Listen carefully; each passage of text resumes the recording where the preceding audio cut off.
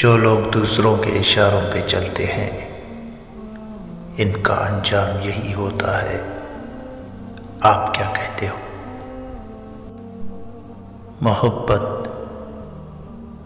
محبت اللہ سے ہو تو بندگی بن جاتی ہے، محبت استاد سے ہو تو روشنی بن جاتی ہے، محبت دولت سے ہو تو مرض بن جاتی ہے، محبت والدین سے ہو تو عبادت بن جاتی ہے، محبت انسان سے ہو تو زندگی بن جاتی ہے، محبت محمد سے ہو تو دنیا بھی بن جاتی ہے اور آخرت بھی بن جاتی ہے۔ کبھی کبھی ہم تھک جاتے ہیں یہ ثابت کرتے کرتے کہ بے شک ہمارا طریقہ غلط تھا پر ارادہ نہیں۔